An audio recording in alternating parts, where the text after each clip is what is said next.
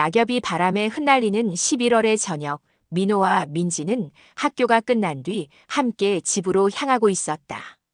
하늘은 이미 어스름이 내려앉기 시작했고 거리의 가로등이 하나둘 불을 밝히고 있었다. 12살 쌍둥이 남매의 손에는 낡은 종이 가방 하나가 소중하게 들려 있었다. 형아, 조심해. 떨어뜨리면 안 돼. 민지가 걱정스러운 얼굴로 오빠의 손을 바라보며 말했다.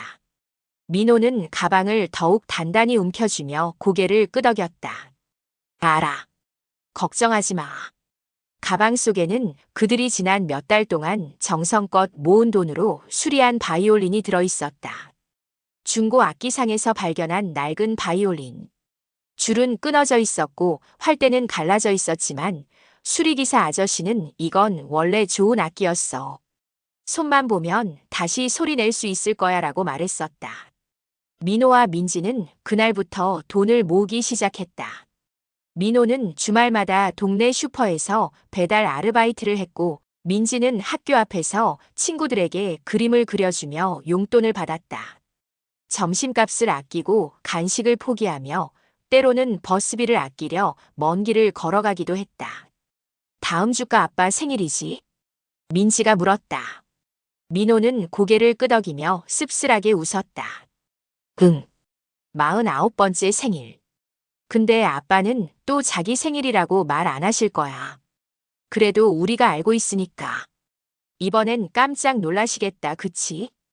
두 아이의 아버지는 작은 음악 학원을 운영하고 있었다. 박민수 음악 학원이라는 간판을 단 2층짜리 건물에서 피아노와 바이올린을 가르치는 그는 동네에서 소문난 실력파 선생님이었다. 한때는 수강생이 30명이 넘었고 저녁 시간이면 학원에서 흘러나오는 음악 소리가 골목길을 가득 채웠었다. 하지만 최근 몇 년 사이 큰 음악 학원 체인이 근처에 들어서면서 상황이 달라졌다. 하나둘 학생들이 떠나갔고 이제는 고작 7명의 아이들만이 일주일에 몇 번씩 학원 문을 두드렸다. 수입은 빠듯했고 어머니는 낮에 식당에서 일을 하며 생계를 보탰다. 그럼에도 아버지는 절대 음악을 포기하지 않았다. 수강료를 못 내는 아이들에게도 괜찮아. 천천히 내라고 말하며 레슨을 계속했고 때로는 자신의 악기를 빌려주기도 했다.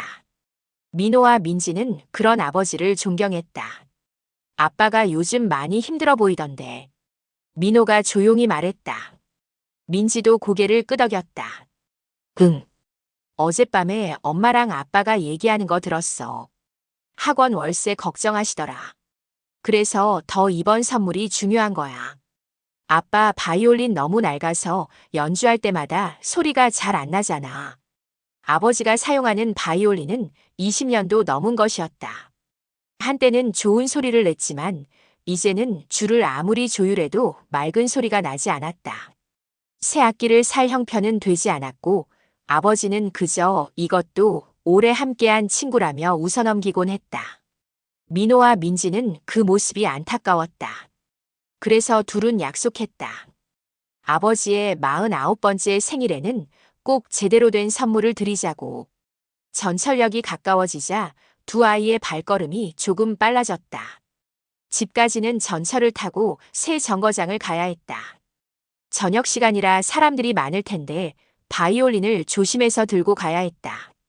민지야, 오늘 저녁에 뭐 먹고 싶어? 민호가 동생에게 물었다. 민지는 잠시 생각하더니 환하게 웃었다. 김치찌개. 엄마 김치찌개가 제일 맛있어. 나도 그거 먹고 싶다. 아, 배고파. 두 아이는 웃으며 전철역 입구로 들어섰다. 그러나 그들은 아직 몰랐다. 오늘 저녁 그들의 선택이 단순히 집으로 돌아가는 것 이상의 의미를 갖게 되리라는 것을. 그리고 그 종이 가방 속 바이올린이 아버지의 손에 전달되기까지 예상치 못한 여정이 그들을 기다리고 있다는 것을. 민호는 가방을 가슴에 꼭 안으며 계단을 내려가기 시작했다. 민지가 그 뒤를 따랐다. 전철역의 형광등 불빛 아래 두 아이의 그림자가 길게 늘어졌다. 전철역 계단을 내려가던 민호가 갑자기 멈춰섰다. 계단 아래 사람들이 오가는 통로 한쪽 구석에 누군가 쓰러져 있었다. 형아, 왜 그래? 뒤따라오던 민지가 물었다. 민호는 아무 말 없이 손가락으로 아래쪽을 가리켰다. 민지도 그제야 쓰러진 남자를 보았다. 중년의 남자였다. 낡은 회색 코트는 비에 젖어 있었고 헝클어진 머리카락 사이로 창백한 얼굴이 드러났다. 그의 손에는 구겨진 악보 한 장이 꼭 쥐어져 있었다. 오가는 사람들은 그를 힐끗 보거나 아예 모른 척하며 지나쳤다. 저 아저씨, 괜찮은 걸까? 민지의 목소리가 떨렸다. 민호도 불안한 표정으로 남자를 바라보았다. 주변을 둘러봤지만 아무도 멈춰 서지 않았다. 퇴근길 사람들은 모두 바쁜 듯 빠른 걸음으로 지나갔다. 일단 가까이 가보자. 민호가 조심스럽게 계단을 내려갔다. 민지도 오빠의 뒤를 따랐다. 두 아이가 남자 곁에 다가가자 그의 얕은 숨소리가 들렸다. 살아있었다.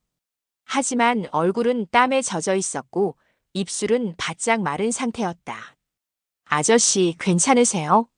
민지가 조심스럽게 남자의 어깨를 흔들었다. 남자의 눈꺼풀이 살짝 떨렸지만 눈을 뜨지는 못했다. 민호는 주변을 둘러보며 도움을 청하려 했지만 여전히 사람들은 그들을 지나칠 뿐이었다. 119에 전화해야 하나? 응, 그래야 할 것 같아. 민호가 주머니에서 휴대전화를 꺼내려던 순간 남자의 손에 쥐어진 악보가 바람에 흔들렸다. 민지가 그것을 집어들었다. 낡고 구겨진 종이였지만 오선지에는 섬세한 필기체로 음표들이 빼곡히 적혀 있었다. 이거 바이올린 악보야. 민지가 속삭였다. 아버지 학원에서 자란 두 아이는 악보를 읽을 줄 알았다. 악보 모서리에는 작은 글씨로 강도연이라는 이름이 적혀 있었다. 형아, 이 사람 음악하는 사람인가 봐. 그런가 보다. 민호는 가슴에 안고 있던 종이 가방을 내려다보았다. 바이올린. 아버지의 생일 선물. 몇 달 동안 모은 돈. 그리고 지금 눈앞에 쓰러진 낯선 남자. 우리 어떻게 하지? 민지가 불안한 눈빛으로 오빠를 바라보았다. 민호도 머뭇거렸다. 119를 부르면 구급차가 올 것이다. 하지만 병원비는? 이 남자에게 보호자가 있을까? 만약 없다면? 아저씨. 민지가 다시 한번 남자를 흔들었다. 이번에는 남자의 눈이 가늘게 떠졌다. 초점 없는 눈동자가 천장을 향했다가 천천히 민지의 얼굴을 향했다. 급차. 겨우 입을 열어 내뱉은 말이었다. 그리고 다시 눈을 감았다. 민호는 더 이상 망설이지 않고 119에 전화를 걸었다. 여보세요. 전철역에 쓰러진 사람이 있어요. 네, 숨은 쉬고 있는데 깨어나질 않아요. 통화를 마친 민호는 안도의 한숨을 내쉬었다. 구급차가 10분 안에 도착한다고 했다. 하지만 그때 한 가지 생각이 스쳤다. 민지야, 구급차가 오면 우리도 같이 가야 할까? 왜? 보호자가 없잖아. 이 아저씨 혼자인 것 같은데. 민지는 잠시 생각에 잠겼다. 그리고 고개를 끄덕였다. 같이 가자. 아빠라면 그냥 못 두실 거야. 민호는 동생의 말에 마음을 굳혔다. 아버지는 늘 말했었다. 음악은 사람의 마음을 움직이는 거야. 그리고 음악을 하는 사람은 남의 아픔에 공감할 줄 알아야 해. 지금 이 순간이 바로 그런 순간이 아닐까. 몇 분 후 구급차가 도착했다. 구급대원들이 재빠르게 남자를 들것에 옮겼다. 민호와 민지는 망설이다가 구급대원에게 다가갔다. 저희 같이 가도 될까요? 이 아저씨 보호자가 없는 것 같아서. 구급대원은 잠시 두 아이를 바라보다가 고개를 끄덕였다. 부모님께는 연락했니? 지금 할게요. 구급차 안에서 민호는 어머니께 전화를 걸었다. 상황을 설명하자 어머니는 놀라면서도 잘했어. 조심해서 다녀와라고 말했다. 민지는 여전히 종이 가방을 꼭 안고 있었다. 그 안에 바이올린, 아버지의 생일 선물, 두 아이는 아직 몰랐다. 이 선택이 그들의 인생에, 그리고 이 낯선 남자의 인생에 어떤 변화를 가져올지. 구급차 사이렌이 울리며 병원을 향해 출발했다. 창밖으로 어두운 거리가 빠르게 지나갔다. 병원 응급실은 복잡했다. 의사와 간호사들이 바쁘게 움직이고 여기저기서 신음소리와 기계음이 들렸다. 민호와 민지는 대기실 의자에 나란히 앉아 있었다. 종이 가방은 여전히 민지의 무릎 위에 놓여 있었다. 환자 보호자분 계세요? 간호사가 대기실로 나와 물었다. 민호가 조심스럽게 손을 들었다. 저희가 그 아저씨를 발견했어요. 보호자는 없는 것 같아요. 간호사는 난처한 표정을 지었다. 환자분이 탈수와 영양실조 증세가 있어요. 며칠은 굶으신 것 같고요. 일단 링거를 마치고 검사를 해봐야 하는데 신분증이나 연락처를 찾을 수 있을까요? 민호는 고개를 저었다. 간호사가 한숨을 쉬며 돌아가려는 순간 민지가 주머니에서 구겨진 악보를 꺼냈다. 이거 그 아저씨가 들고 있었어요. 여기 이름이 적혀 있어요. 강도현이요. 간호사가 악보를 받아들었다. 그녀는 잠시 이름을 들여다보더니 고개를 끄덕였다. 알겠어요. 이 이름으로 한번 찾아볼게요. 두 학생 정말 잘했어요. 간호사가 떠나고 두 아이는 다시 의자에 앉았다. 시계를 보니 벌써 저녁 8시가 넘었다. 배도 고프고 피곤했지만 아직 집에 갈 수는 없을 것 같았다. 형아, 우리 언제까지 여기 있어야 해? 모르겠어. 일단 아저씨 보호자가 오실 때까지는. 그때 병원 입구 쪽에서 중년 남자가 급하게 걸어왔다. 택시기사 복장을 한 그는 간호사에게 무언가를 물어보더니 민호와 민지가 있는 쪽으로 다가왔다. 애들아, 너희가 쓰러진 분을 구해준 학생들이지? 민호가 고개를 끄덕였다. 남자는 무릎을 꿇고 두 아이와 눈높이를 맞췄다. 나는 장석구라고 해. 택시기사야. 간호사분이 전화해서 사정을 들었어. 너희들 정말 대단한 일을 했구나. 아저씨가. 그분 아세요? 아니, 모르는 분이야. 근데 말이야, 요즘 같은 세상에 너희 같은 아이들이 있다는 게 놀라워서 왔어. 장석구는 주머니에서 지갑을 꺼냈다. 애들아, 너희 집에 가야 하잖아. 내가 태워다 줄게. 택시비는 받지 않을 테니까. 민호와 민지는 서로를 바라보았다. 그러다 민호가 조심스럽게 물었다. 아저씨, 그럼 저 쓰러진 분은요? 병원에서 알아서 할 거야. 경찰에 신고도 될 거고. 하지만 민지가 말을 이었다. 보호자가 없으면 어떡해요? 병원비는요? 장석구는 잠시 말이 없었다. 아이들의 순수한 걱정이 그의 마음을 흔들었다. 그건 사회복지사분들이 도와주실 거야. 너희가 할 수 있는 일은 다 했어. 하지만 민호와 민지는 여전히 불안한 표정이었다. 그때 간호사가 다시 나타났다. 학생들, 잠깐만요. 환자분 지갑을 찾았는데 현금이 전혀 없어요. 카드도 정지된 상태고요. 일단 응급처치는 했지만 입원하려면 보증금이 필요한데.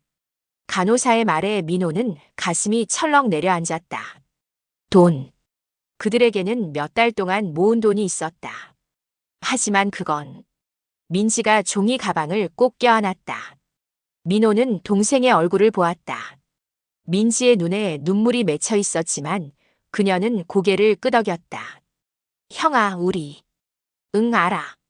민호는 주머니에서 봉투를 꺼냈다. 그 안에는 몇 달 동안 아껴 모은 돈이 들어있었다. 바이올린 수리비를 내고 남은 돈. 그들이 아버지께 직접 전해드리려고 남겨둔 돈. 아저씨. 민호가 장석구에게 봉투를 내밀었다. 이걸로 택시비 내고 나머지는 저 아저씨 병원비로 써주실 수 있어요? 장석구는 놀란 표정으로 아이들을 바라보았다. 애들아, 이게 얼마나 되는데? 아빠 생일 선물 사려고 모은 돈이에요. 민지가 눈물을 닦으며 말했다. 근데 아빠는 우리가 한 일을 더 좋아하실 것 같아요. 아빠가 늘 그러셨거든요. 음악보다 사람이 먼저래요. 장석구의 눈시울이 붉어졌다. 그는 천천히 봉투를 받아들었다. 너희들, 정말 대단한 아이들이구나. 알았어. 내가 책임지고 전달할게.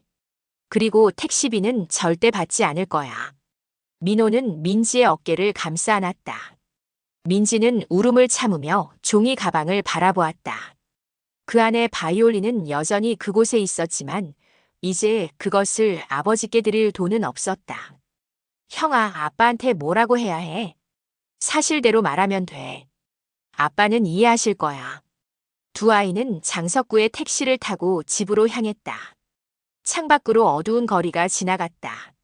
민호의 눈에도 어느새 눈물이 맺혀 있었다. 하지만 그것은 후회의 눈물이 아니었다. 그저 아버지께 미안한 마음, 그리고 누군가를 도왔다는 뿌듯함이 뒤섞인 복잡한 감정이었다. 택시는 조용히 밤거리를 달렸다. 사흘 후 민호와 민지는 평소처럼 학교를 마치고 집으로 돌아왔다. 그날 이후 두 아이는 쓰러진 남자에 대해 더 이상 소식을 듣지 못했다. 아버지께는 솔직하게 모든 것을 말씀드렸고 아버지는 아이들을 꼭 껴안으며 너희가 자랑스럽다고 말했다. 생일 선물은 없었지만 그 어느 때보다 따뜻한 생일이었다. 그런데 그날 저녁 집 초인종이 울렸다. 누구세요?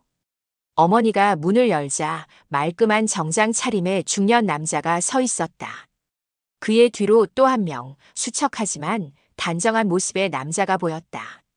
바로 전철역에서 쓰러져 있던 그 사람이었다. 혹시 민호, 민지 학생 계신가요? 정장을 입은 남자가 정중하게 물었다. 네, 저희 아이들인데요. 무슨 일이시죠? 안녕하세요. 저는 이준석이라고 합니다. 이쪽은 강도연 선생님이시고요. 민호와 민지가 거실에서 뛰어나왔다. 두 아이는 놀란 얼굴로 강도연을 바라보았다.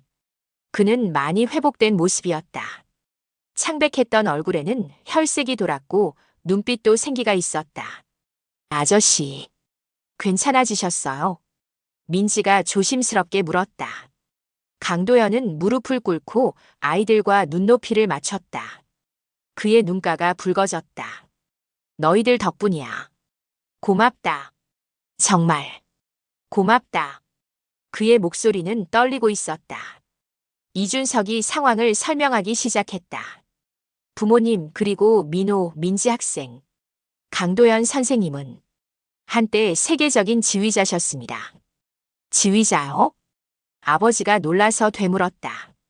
이준석이 고개를 끄덕였다. 네. 10년 전만 해도 빈 필하모닉, 베를린 필하모닉을 지휘하셨던 분입니다. 한국을 대표하는 음악가였죠. 민호와 민지는 믿기지 않는다는 표정으로 강도연을 바라보았다. 그토록 초라한 모습으로 쓰러져 있던 사람이 세계적인 지휘자였다니. 하지만 5년 전 선생님이 갑작스러운 건강 문제를 겪으면서 모든 것이 무너졌습니다. 이준석의 설명이 이어졌다. 강도연은 과로와 스트레스로 심장 질환을 얻었고 무대에 설 수 없게 되었다. 설상가상으로 잘못된 투자로 재산도 잃었다. 명성은 하루아침에 사라졌고 사람들도 그를 잊어갔다. 선생님은 세상과 단절된 채 살아오셨습니다. 저는 한때 선생님의 매니저였는데 몇 년 동안 연락이 닿지 않았어요. 그런데 병원에서 연락이 와서 그제야 선생님의 상황을 알게 됐습니다. 강도연이 입을 열었다. 그의 목소리는 낮고 쉬어 있었다. 나는 모든 것을 잃었다고 생각했습니다. 음악도 명예도 살아갈 이유도. 그날 나는 마지막으로 내가 쓴 곡의 악보를 들고 사실 어디로 가는지도 모른 채 걷고 있었어요. 그의 손이 떨렸다. 그런데 이 아이들이 나를 구해줬습니다. 자신들의 소중한 돈을, 꿈을 포기하면서까지. 강도연의 눈에서 눈물이 흘러내렸다. 병원에서 깨어났을 때 간호사에게 들었습니다. 두 아이가 몇 달 동안 모은 돈으로 나를 도와줬다고. 아버지 생일 선물을 준비했던 돈이라고. 아버지는 민호와 민지를 바라보았다. 두 아이는 고개를 숙이고 있었다. 나는 그 이야기를 듣고 부끄러웠습니다. 세상에 대한 원망과 자괴감에 빠져 지내던 내가 이렇게 순수한 아이들보다 못하다는 게. 강도연이 가방에서 무언가를 꺼냈다. 봉투였다. 이건 그날 너희가 준 돈입니다. 병원비로 일부 사용했지만 이준석 씨가 나머지를 대신 내줬어요. 그래서 이렇게 돌려주러 왔습니다. 민호가 황급히 손을 저었다. 아니에요. 그건 아저씨가 쓰셔야 해요. 아니야. 내가 받을 자격이 없어. 그리고 강도연이 또 다른 봉투를 꺼냈다. 이건 내가 가진 마지막 돈입니다. 많지는 않지만 너희 아버지 선물을 다시 준비할 수 있을 거야. 민지의 눈에 눈물이 맺혔다. 하지만 아저씨는요? 나는 이제 괜찮아. 이준석 씨가 도와주기로 했으니까. 그리고 무엇보다 너희가 내게 다시 살아갈 이유를 줬어. 이준석이 말을 이었다. 그리고 하나 더 부탁이 있습니다. 선생님께서 다시 음악을 하고 싶어 하십니다. 하지만 혼자서는 어렵습니다. 혹시 박민수 선생님의 학원에서 함께 할 수 있을까요? 아버지가 강도연을 바라보았다. 저희 학원은 작습니다. 화려하지도 않고 그걸로 충분합니다.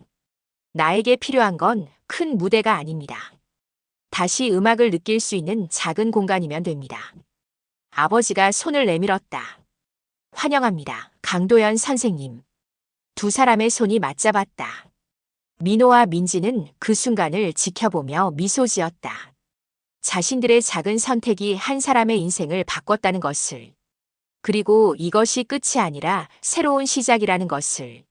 사흘 후 민호와 민지는 평소처럼 학교를 마치고 집으로 돌아왔다.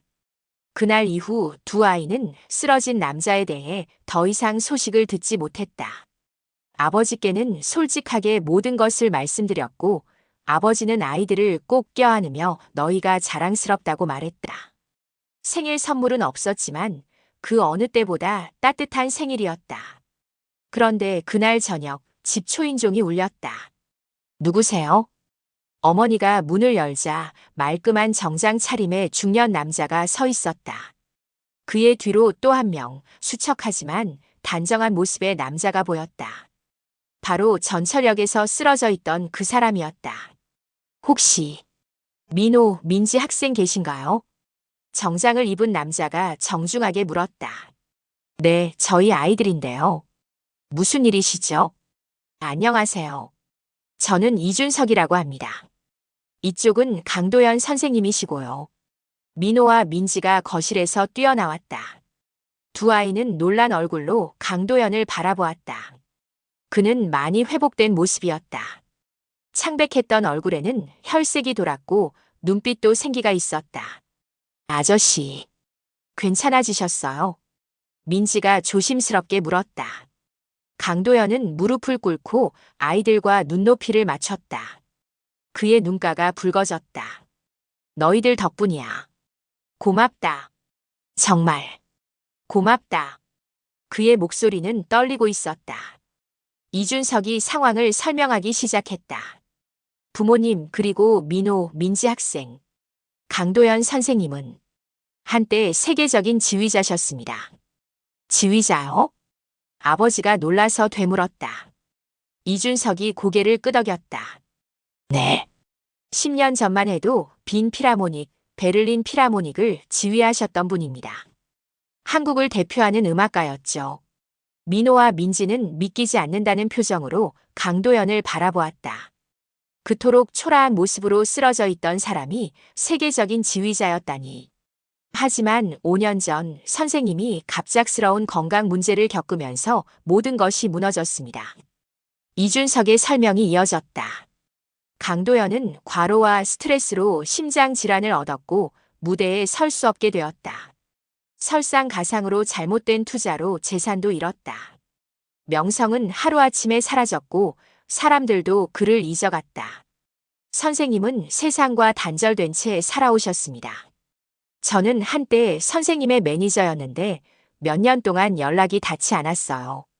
그런데 병원에서 연락이 와서 그제야 선생님의 상황을 알게 됐습니다.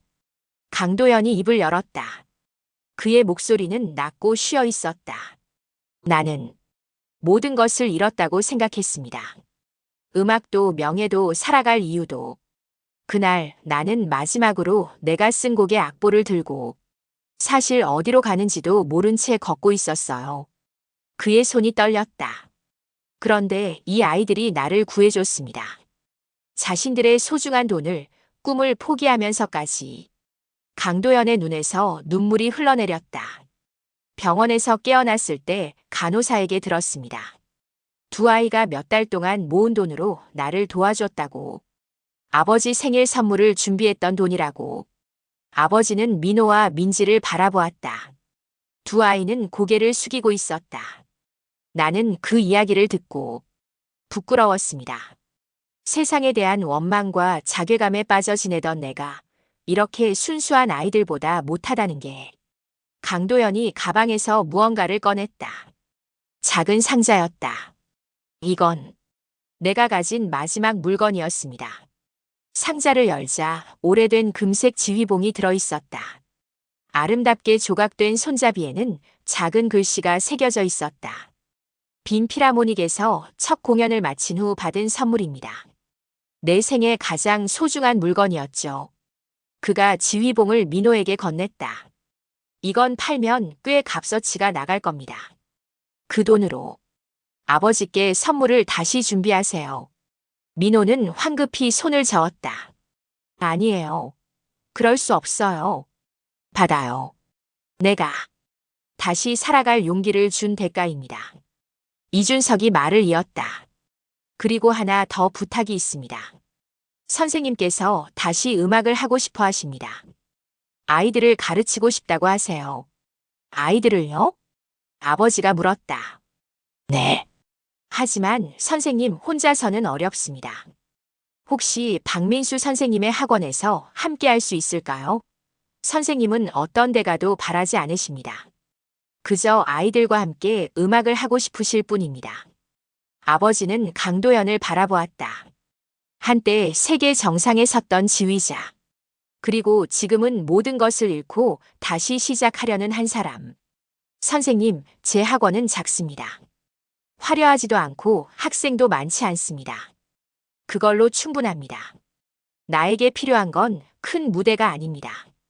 다시 음악을 느낄 수 있는 작은 공간이면 됩니다. 아버지가 손을 내밀었다. 환영합니다, 강도연 선생님. 두 사람의 손이 맞잡았다. 그리고 그 순간 민호와 민지는 알았다. 자신들의 작은 선택이 한 사람의 인생을 바꿨다는 것을. 그리고 이것이 끝이 아니라 새로운 시작이라는 것을. 일주일 후 박민수 음악학원에는 새로운 변화가 일어나고 있었다. 강도연이 학원을 찾아온 첫날, 아이들은 호기심 어린 눈빛으로 그를 바라보았다. 애들아, 오늘부터 우리 학원에서 함께 가르치실 강도연 선생님이야. 아버지의 소개에 7명의 아이들이 인사를 했다. 강도연은 떨리는 손으로 아이들에게 손을 흔들었다. 5년 만에 다시 서는 교실이었다. 하지만 예전의 화려한 콘서트홀이 아닌 낡은 피아노 2대와 작은 악기들이 놓인 소박한 공간이었다. 안녕하세요. 강도연입니다. 여러분과 함께 음악을 할 수 있어서 기쁩니다. 그의 목소리는 여전히 조심스러웠다. 아이들은 수줍게 웃으며 그를 받아들였다. 첫 수업은 간단한 리듬 연습으로 시작되었다. 강도연은 아이들 앞에서 손뼉을 치며 박자를 맞춰 보였다. 처음에는 어색했지만 점차 그의 몸에서 옛 감각이 되살아났다. 손을 들어 올릴 때마다 마치 보이지 않는 오케스트라를 지휘하는 듯한 우아한 움직임이 나왔다. 자, 이번엔 여러분이 해볼까요? 하나, 둘, 셋, 넷. 아이들이 손뼉을 치기 시작했다. 처음에는 박자가 엉망이었지만 강도연의 지도 아래 점점 하나로 모아졌다. 그 순간 그의 얼굴에 오랜만에 진심 어린 미소가 떠올랐다. 잘했어요. 정말 잘했어요. 수업이 끝난 후 아이들은 신기한 듯 강도연에게 다가왔다. 선생님, 진짜 유명한 지휘자셨어요. 한 아이가 물었다. 강도연은 잠시 망설이다가 고개를 끄덕였다. 그랬었지. 아주 오래전 이야기야. 어떤 느낌이에요? 큰 무대에서 지휘하는 거? 글쎄. 떨리고 긴장되고 하지만 동시에 행복했지. 수백 명의 연주자들과 하나가 되는 느낌이랄까. 아이들의 눈이 반짝였다. 그러자 민지가 조심스럽게 물었다. 그럼 지금은요? 우리랑 있는 건 어때요? 강도연은 잠시 생각에 잠겼다. 그리고 천천히 입을 열었다. 지금이 더 좋아. 큰 무대에서는 완벽해야 한다는 압박감이 있었거든. 하지만 여기서는 너희들이 조금씩 성장하는 모습을 지켜볼 수 있잖아. 그게 더 소중한 것 같아. 아이들은 환하게 웃었다. 그날 이후 강도연은 매일 학원에 나왔다. 처음에는 보조교사로 시작했지만 점차 그의 역할이 커졌다. 그는 아이들에게 단순히 기술만 가르치지 않았다. 음악의 감정을, 표현의 깊이를, 그리고 무엇보다 음악을 사랑하는 마음을 전했다. 아버지도 그의 가르침을 존중했고 두 사람은 서로에게서 배워갔다. 한 달이 지나자 소문이 퍼지기 시작했다. 한때 세계적인 지휘자가 작은 동네 학원에서 아이들을 가르친다는 이야기가. 처음에는 반신반의하던 사람들도 강도연의 진심을 느끼고 하나둘 학원을 찾았다. 저희 아이도 레슨 받을 수 있을까요? 새로운 학부모들이 문의를 했다. 아버지는 기쁜 마음으로 그들을 맞이했다.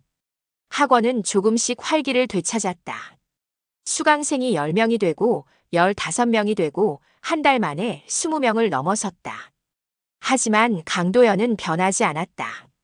여전히 한 명 한 명의 아이들에게 정성을 다했고 늦은 밤까지 남아 연습하는 아이들을 격려했다.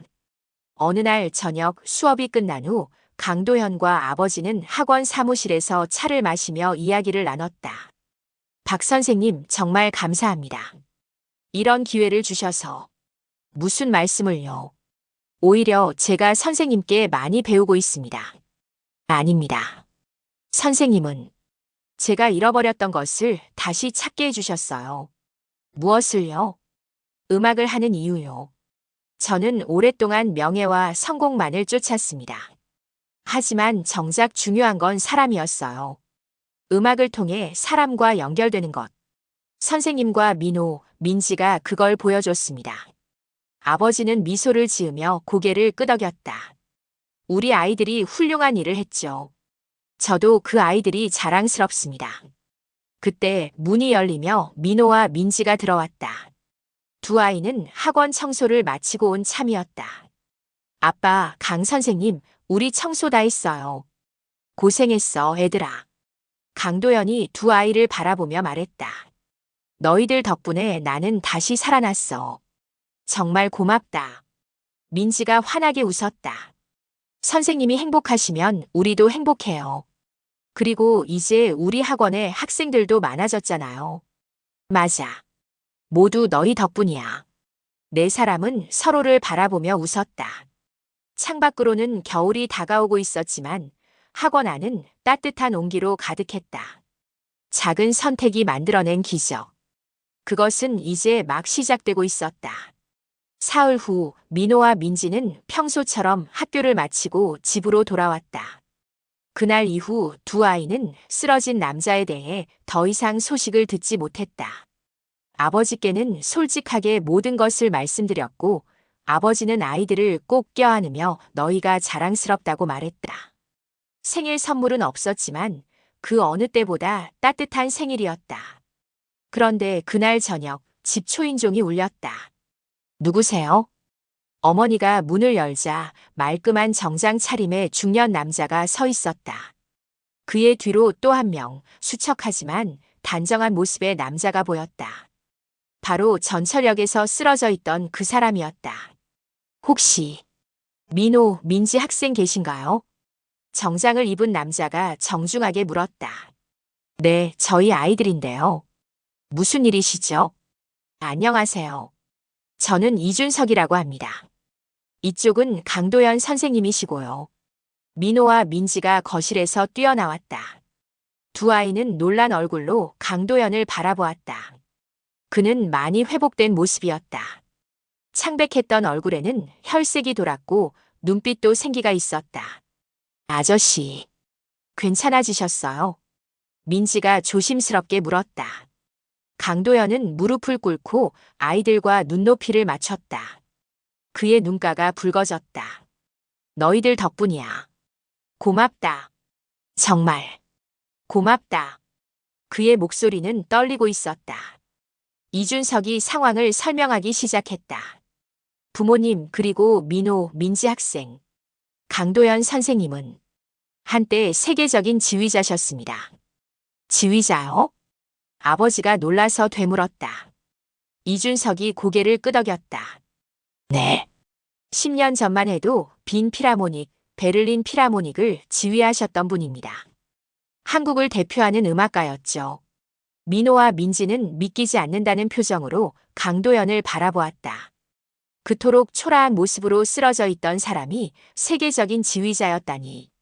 하지만 5년 전 선생님이 갑작스러운 건강 문제를 겪으면서 모든 것이 무너졌습니다. 이준석의 설명이 이어졌다. 강도연은 과로와 스트레스로 심장 질환을 얻었고 무대에 설 수 없게 되었다. 설상가상으로 잘못된 투자로 재산도 잃었다. 명성은 하루아침에 사라졌고 사람들도 그를 잊어갔다. 선생님은 세상과 단절된 채 살아오셨습니다. 저는 한때 선생님의 매니저였는데 몇 년 동안 연락이 닿지 않았어요. 그런데 병원에서 연락이 와서 그제야 선생님의 상황을 알게 됐습니다. 강도연이 입을 열었다. 그의 목소리는 낮고 쉬어 있었다. 나는 모든 것을 잃었다고 생각했습니다. 음악도 명예도 살아갈 이유도. 그날 나는 마지막으로 내가 쓴 곡의 악보를 들고 사실 어디로 가는지도 모른 채 걷고 있었어요. 그의 손이 떨렸다. 그런데 이 아이들이 나를 구해줬습니다. 자신들의 소중한 돈을, 꿈을 포기하면서까지. 강도연의 눈에서 눈물이 흘러내렸다. 병원에서 깨어났을 때 간호사에게 들었습니다. 두 아이가 몇 달 동안 모은 돈으로 나를 도와줬다고. 아버지 생일 선물을 준비했던 돈이라고. 아버지는 민호와 민지를 바라보았다. 두 아이는 고개를 숙이고 있었다. 나는 그 이야기를 듣고 부끄러웠습니다. 세상에 대한 원망과 자괴감에 빠져 지내던 내가 이렇게 순수한 아이들보다 못하다는 게. 강도연이 가방에서 무언가를 꺼냈다. 작은 상자였다. 이건 내가 가진 마지막 물건이었습니다. 상자를 열자 오래된 금색 지휘봉이 들어있었다. 아름답게 조각된 손잡이에는 작은 글씨가 새겨져 있었다. 빈 필하모닉에서 첫 공연을 마친 후 받은 선물입니다. 내 생애 가장 소중한 물건이었죠. 그가 지휘봉을 민호에게 건넸다. 이건 팔면 꽤 값어치가 나갈 겁니다. 그 돈으로 아버지께 선물을 다시 준비하세요. 민호는 황급히 손을 저었다. 아니에요. 그럴 수 없어요. 받아요. 내가 다시 살아갈 용기를 준 대가입니다. 이준석이 말을 이었다. 그리고 하나 더 부탁이 있습니다. 선생님께서 다시 음악을 하고 싶어 하십니다. 아이들을 가르치고 싶다고 하세요. 아이들을요?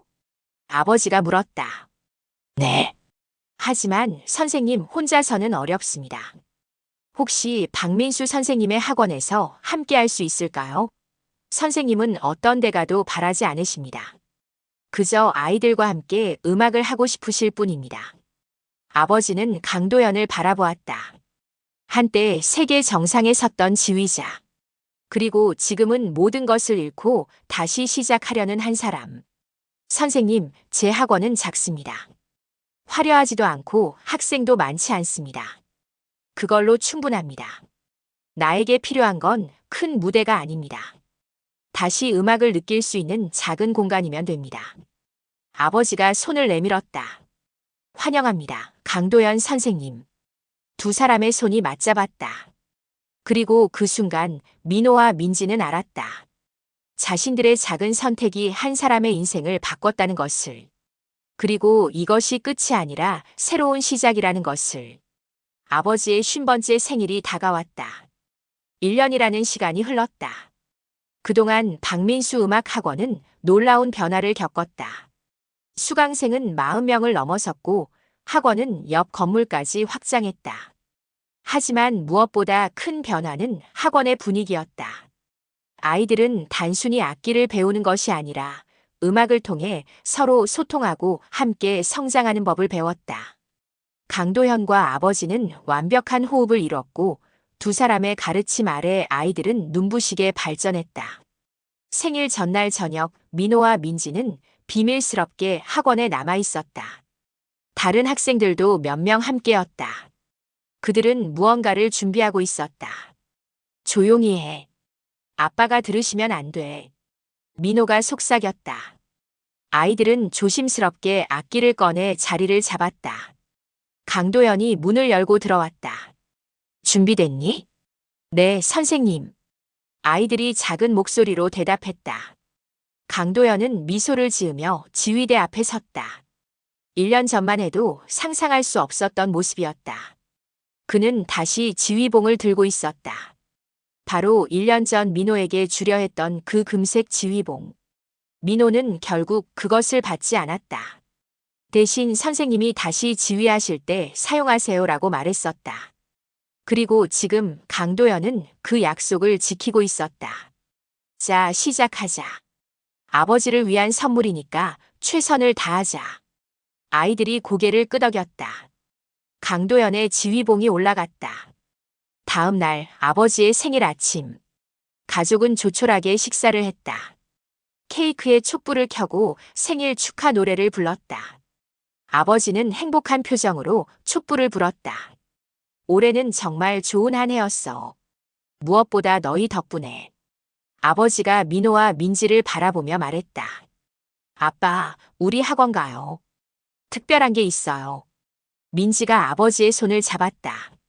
아버지는 의아한 표정을 지었지만 아이들을 따라 학원으로 향했다. 학원 문을 열자 깜짝 놀랄 광경이 펼쳐졌다. 학원의 모든 학생들이 악기를 들고 자리에 앉아 있었다. 학부모들도 함께였다.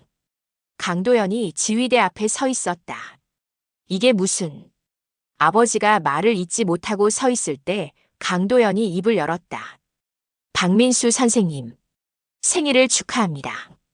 그리고 감사합니다.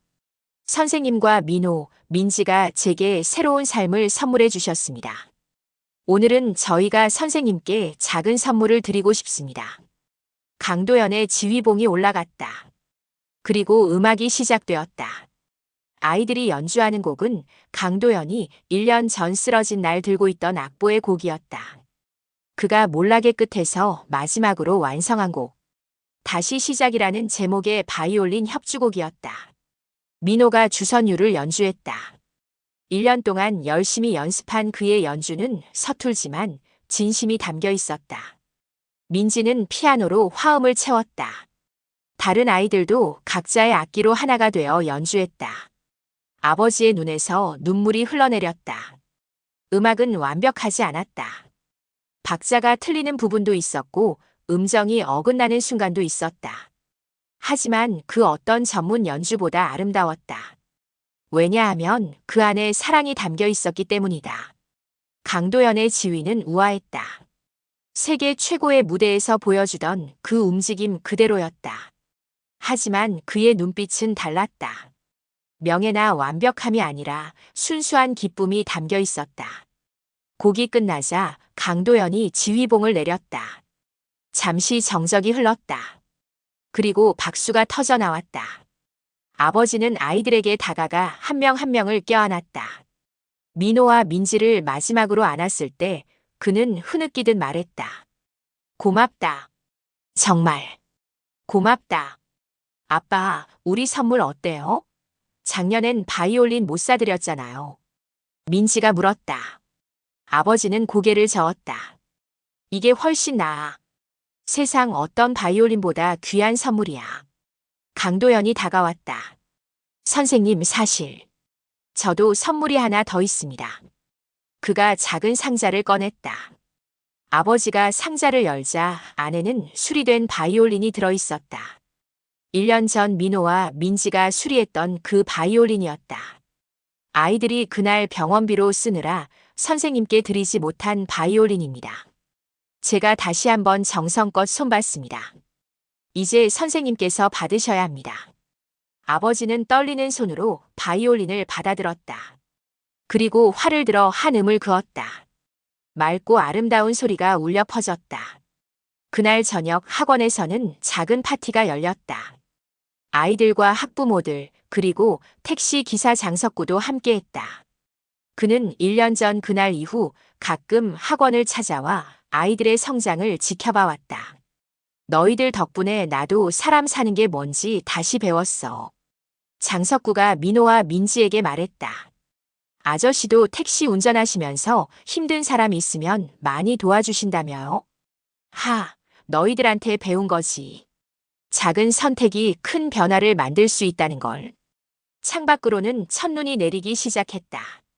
1년 전 늦가을의 선택은 이제 겨울을 거쳐 새로운 봄을 맞이할 준비를 하고 있었다.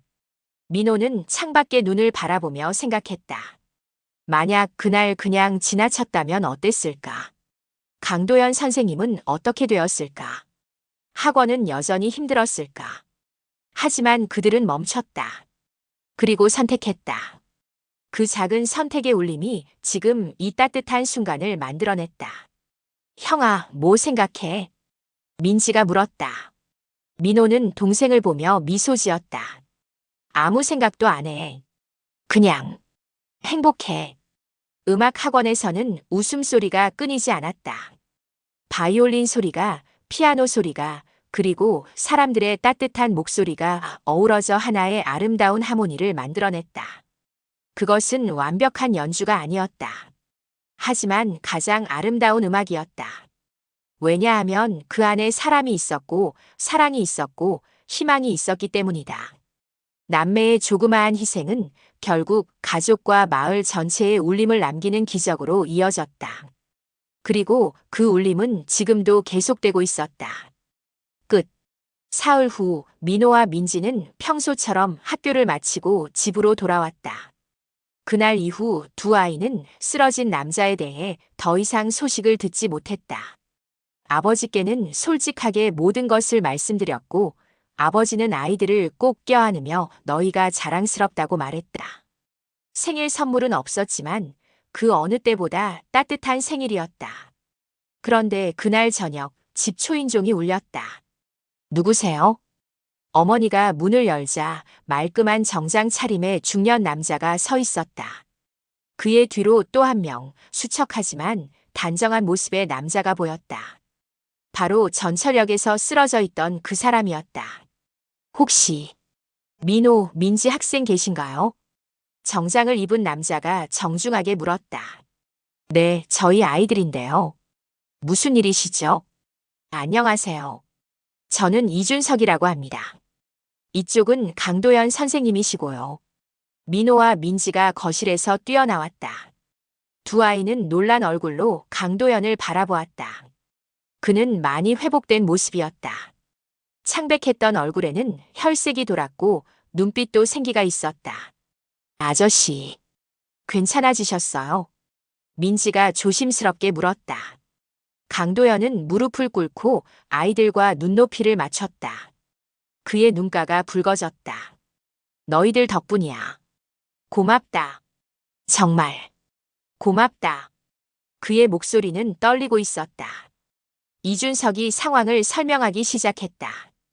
부모님 그리고 민호, 민지 학생. 강도연 선생님은 한때 세계적인 지휘자셨습니다. 지휘자요? 아버지가 놀라서 되물었다.